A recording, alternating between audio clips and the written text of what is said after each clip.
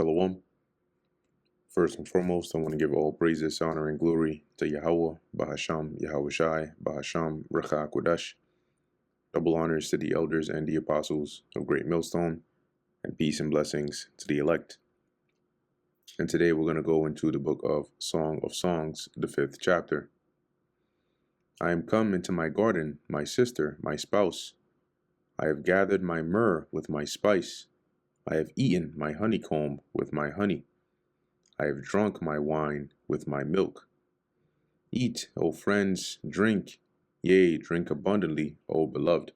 So, in the ending of the 4th chapter, the woman was inviting him, right, her beloved, her spouse, to basically come and be intimate with her, right, which was likened onto her being this garden that's sealed off, but only allowed to him. And so she invites him to come and partake of the goodies of her garden. And here he's saying basically this is him being joined onto her, right, or him being intimate with her. Read this in the NLT as well. I have entered my garden, my treasure, my bride. I gather myrrh with my spices and eat honeycomb with my honey. I drink wine with my milk.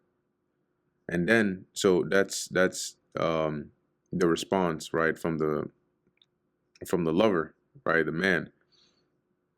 And that the part that mentions here, O friends, eat, O friends, drink, yea, drink abundantly, O beloved.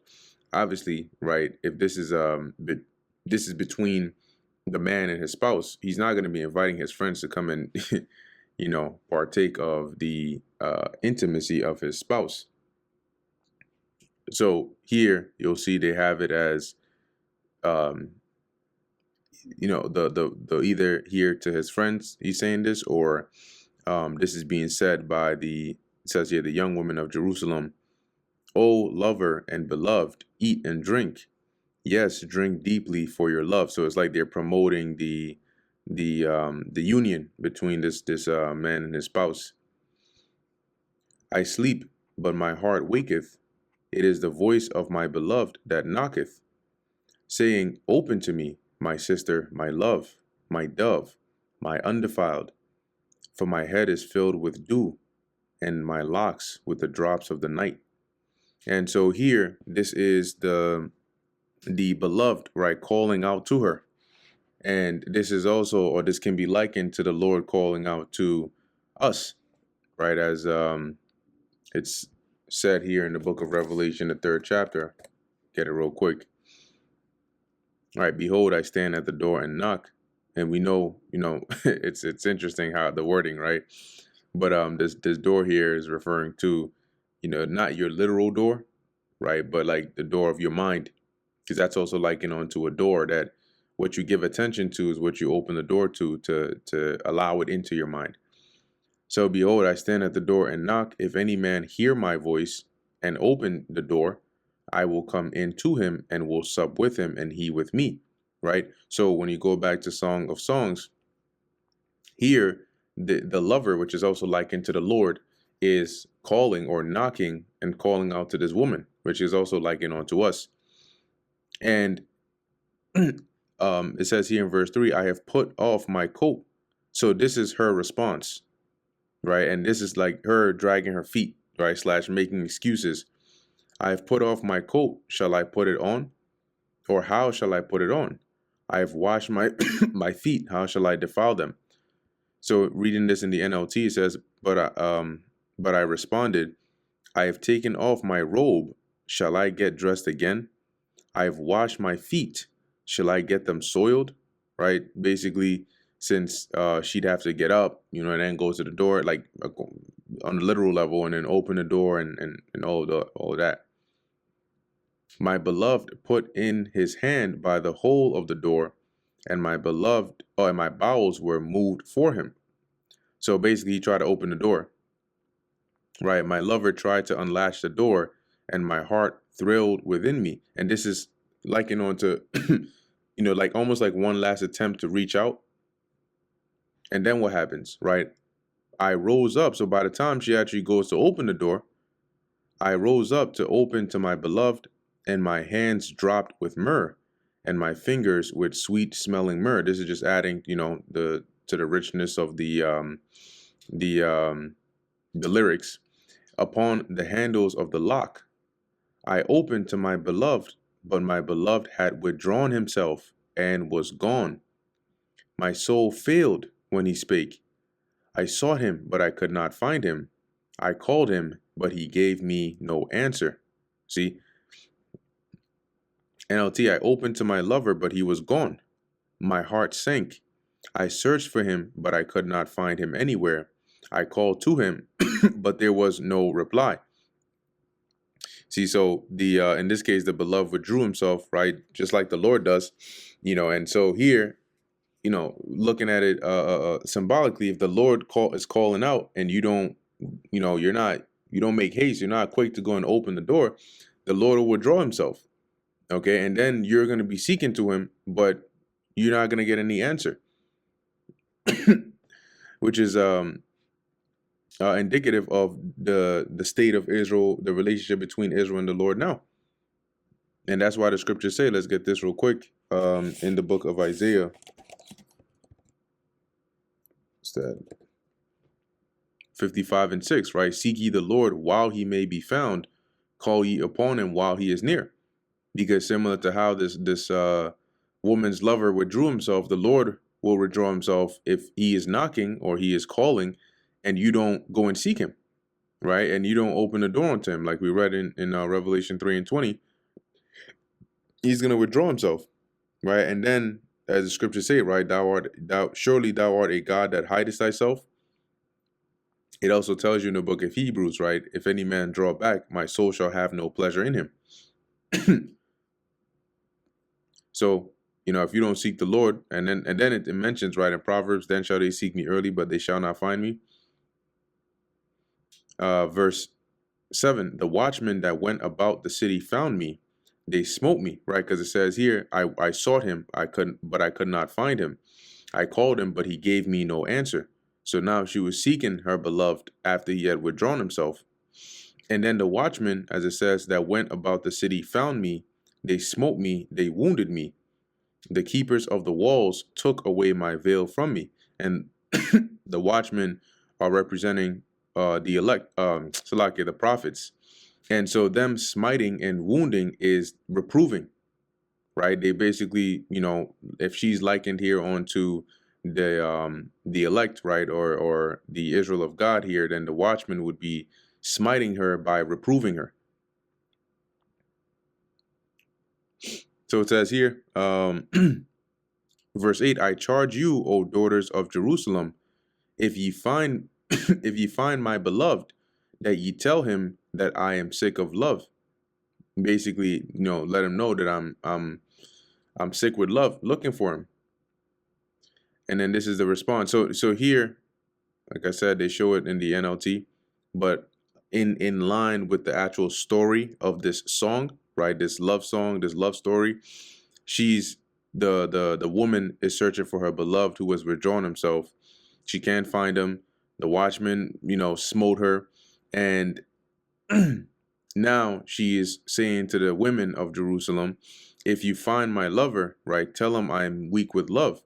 And their response is, right, what is thy beloved more than any other beloved? So what's so special about him? O thou fairest among women, what is thy beloved more than another beloved, that thou dost so charge us? So what's so special about your beloved that you are giving us such a command? NLT, why is your lover better than all others? O woman of rare beauty, what makes your lover so special that we must promise this?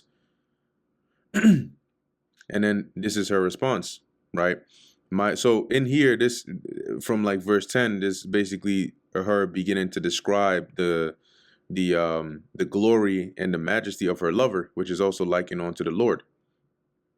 My beloved is white and ruddy, and this does not mean that he is white as in he is pale skinned. The word white here, when you look into it, it says here tazach, It says dazzling, glowing, clear, or bright. So this is not skin complexion, but as you can see, sunny, bright. Okay, which is describing the glory. And ruddy. And this ruddy is not talking about red. Okay, this is a shade of brown. And this can be likened onto an actual complexion. You can see here of men. There's no man on the earth that's actually red. Okay. Yeah, you got Edomites that they turn red looking when they when they get angry or stressed. Okay. But to look like this kind of red right here, you don't see that. All right, now let's look up here. Ruddy. Oh, oh, oh, complexion.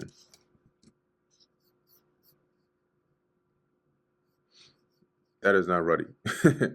Yeah, Esau is gonna definitely put that out there. Now this, okay, this for example is ruddy. This, for example, here is ruddy. Okay, it's brown, but it has that like reddish tone, all right, to it. So when it says ruddy, that's what it's referring to here, which is also fitting, right? Because in describing the Lord, you know, he is a so-called dark-skinned, or not so-called, but a so-called Negro-looking God. Okay, and so is his son, which contrary to popular belief, which I don't know why, because the scriptures the scriptures tell you that. So it says here, right, he is white, which is not talking about skin complexion. It's talking about his glow, and ruddy, the chiefest among 10,000. Let's read that in the NLT. You see that? It says, the young woman, right? So the woman responds here, my lover is dark and dazzling, better than 10,000 others. His head is as the most fine gold. And that head there is describing, it's figurative, but it's describing his nobility, right? His excellence, right? In other words, he carries himself with that you know, like fine gold, that noble strength. His locks, which is referring to his hair, are bushy. And there's only one people that whose hair is, when it grows, is likened on to being bushy. When they say you have bushy hair, they're not referring to Elamite hair or Edomite hair or Moabite hair. They're referring to African Americans. Okay, and black as a raven. Now, even with this verse, when you cross-reference it, you see here, we're dealing with the locks, right? Daniel 7 and 9, describing the Lord, the Most High. Right, I beheld till the thrones were cast down, and the Ancient of Days did sit. Who is the Ancient of Days? The Most High, whose garment was white as snow, and the hair of his head like the pure wool. His throne was like a fiery flame, and his wheels as a burning fire. And then it also goes into the description of Yahushua here. Okay, so woolly, bushy, it's one type of people whose hair are like that. But here she's describing, once again, the glory and the majesty of her lover, which is also likened to the Lord. It says here, so he has black, woolly, or bushy hair. Verse 12, his eyes are as the eyes of doves by the rivers of waters, washed with milk and fitly set. And it says washed with milk because, you know, when you look at doves, yeah, you have some different colored doves, but like the typical one you'll see is white. So it looks like it's been, if it was actually washed in milk. NLT, his eyes sparkle like doves beside springs of water. They are set like jewels washed in milk. Verse 13, his cheeks are as a bed of spices, as sweet flowers, his lips like lilies, dropping sweet smelling myrrh. And it says here in the NLT, his cheeks are like gardens of spices, giving off fragrance. His lips are like the lilies perfumed with myrrh. And like I said, you know, mainly from here on to the end of the chapters, really heard, because remember they asked her, well, what's so special about your lover? What's so special about him other than everybody else? And so she begins to describe the majesty, right, of her lover, which is once again her in this song is Solomon, you know, speaking of himself as her. right, as this woman and how he sees the Lord, right, as his lover, but in the sense of his desire to be close to the Lord, and describing the majesty of the Lord here as the woman describing her lover or her spouse.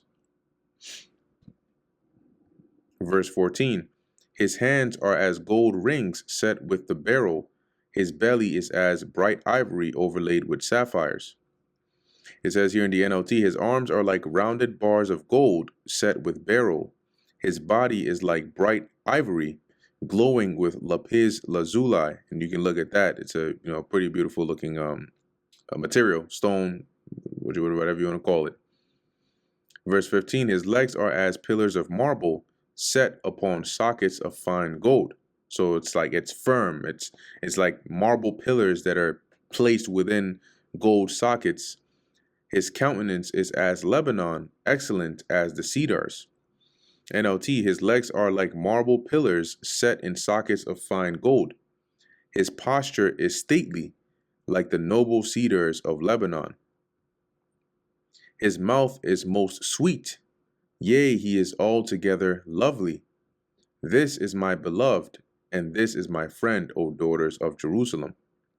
His mouth is sweetness itself, he is desirable in every way.